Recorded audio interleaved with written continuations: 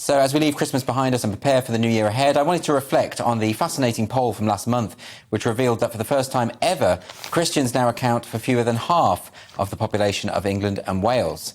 The data released by the Office for National Statistics revealed that while every major religion increased from 2011 to 2021, Christianity had fallen to 46.2%, down from 59.3% 10 years ago.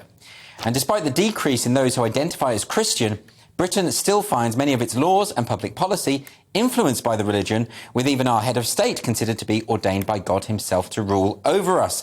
And with the death of the former Pope Benedict XVI earlier today, it seems like an apt moment to ask the question, how important is Christianity in modern-day Britain? Alice, how important is it? Very important to me personally. I'm a Catholic, and I think that my values, which are entirely based on my religion, have formed me in so many ways and have helped me so much personally to heal from things, and also have given me a sense of identity. I think you'd have to be a horrible cynic to not find that really appealing and valuable. But of course, it's subjective, isn't it? What you're describing is your experience and the reason why religion is important to you. But do you think as a society as a whole, in a pluralistic society, it should be important? I don't think it's subjective. I think there is obviously objective truth, and that's something that in our society we've lost a sense of, hence why we see so many issues, and especially among young people. But I'd like to say that in my generation I see lots of us returning to more traditional values, and especially, which can be found in the Christian faith. Peter, are you a religious person yourself? Yeah, I'm a member of the Church of England, and I think clearly what came out of the census was mixed. But what I'd also say is that Christianity was still the largest group in Britain by miles, although it's dipped below 50%. But also Christianity is growing globally. There's a huge rise of evangelical churches in Africa and partially in America as well. Of course, there are particular challenges for the church in Britain about relevance, but I'd actually defend the role of all faiths. Of course, Christianity has been the dominant one in Britain, but I defend the role of all faiths in public life because we're quite an open, tolerant society. And I made a quick... That's interesting. Can I come in and just ask you what you think about Islam? Because I don't know if that really quite gels well with our Western society, which is based on Christian values.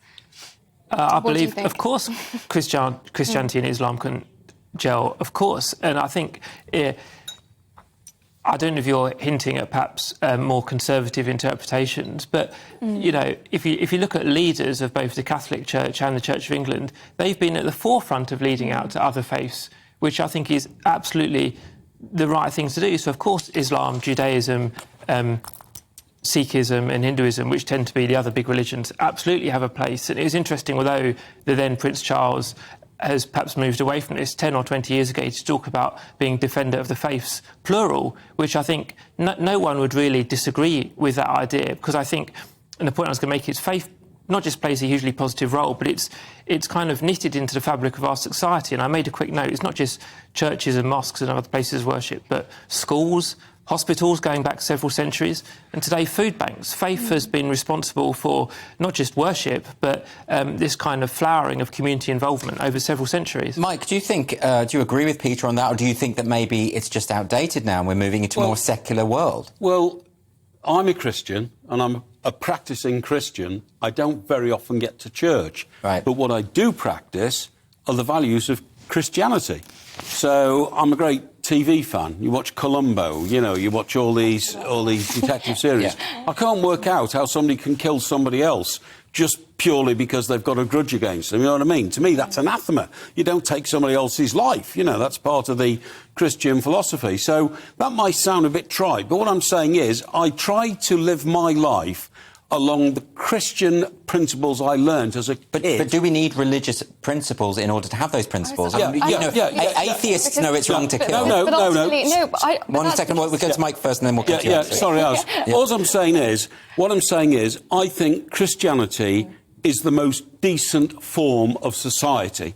And if people practice Christian thoughts and beliefs without having to go to a church, I think it makes us all, able to exist in a more stable society. Mosques are filled up all the time, and people say, oh, Church of England churches are, people are not in them anymore.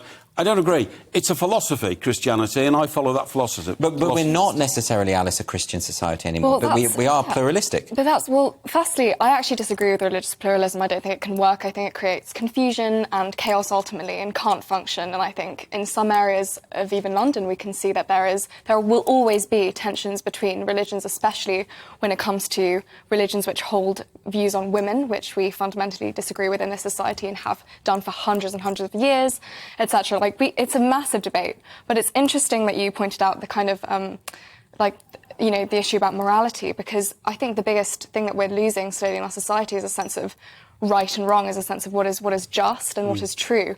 And that creates so much confusion, especially within young people. I see it destroy my generation what is the in so solution many to that? ways. I mean, you say that you don't support the idea of plurality in religion. No, but isn't the solution... that's because not every religion has a moral conduct. Yes, but you can't just wipe out the religions you don't like. Well, that's not what I'm advocating for at all. I just think that we need to stand up. No, I think that as Britain, we need to stand up more for Christianity in this country. I agree. Because our morals and defend it around the world. Exactly, and our morals in this country come from Christianity, and that's so important. Is that right, Peter? Has there been a fear among politicians and those in authority to assert the values of Christianity for fear of offending other faiths?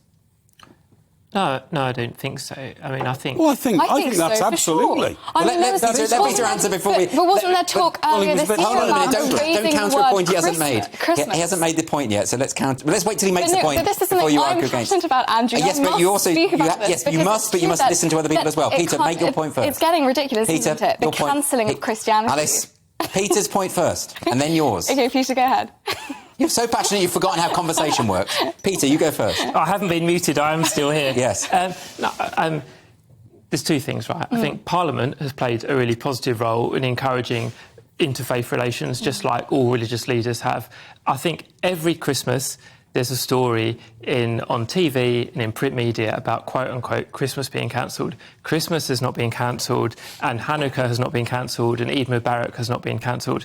And the reason this is rolled out, it tends to be because either one school out of several thousand or one local government, one council out of several hundred has misinterpreted national government guidance.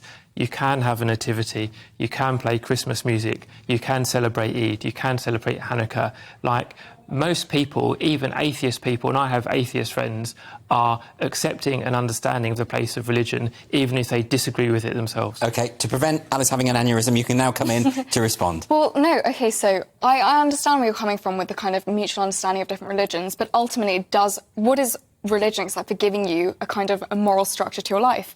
And the issue is that different religions have different ideas of morality, and there has to be one truth. For example, according to some religions, I should wear a certain outfit which hides all of me. I shouldn't have a voice. I should be completely submissive and obedient to the men in my life, to the point where I do not have legal rights at all. Yes. So the issue is that there will always be religions with very different and sometimes Which morally religion do you mean wrong. then? Because you're hinting.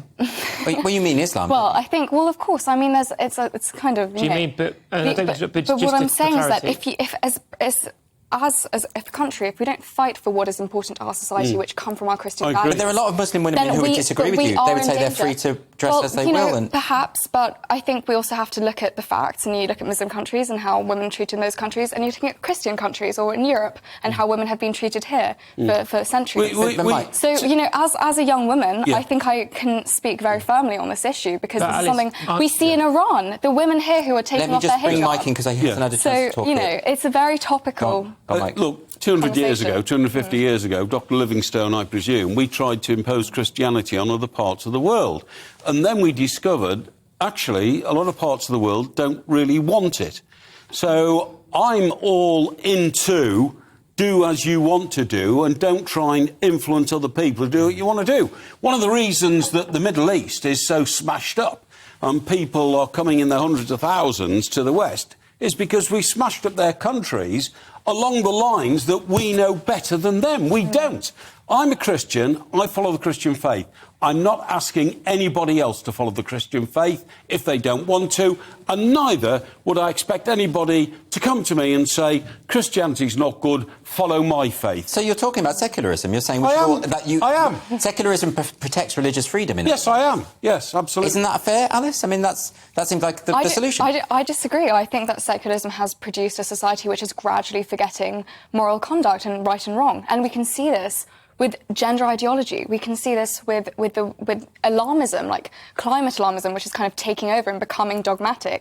If we don't hold firm to faith, if we don't have strong moral values in this society, but you can have your faith we will believe anything, and we will become hysterical. You can have faith and still believe in secularism, can't you? Yeah, you absolutely can. But anyway, we'll never resolve this tonight. It's obviously a very passionate subject.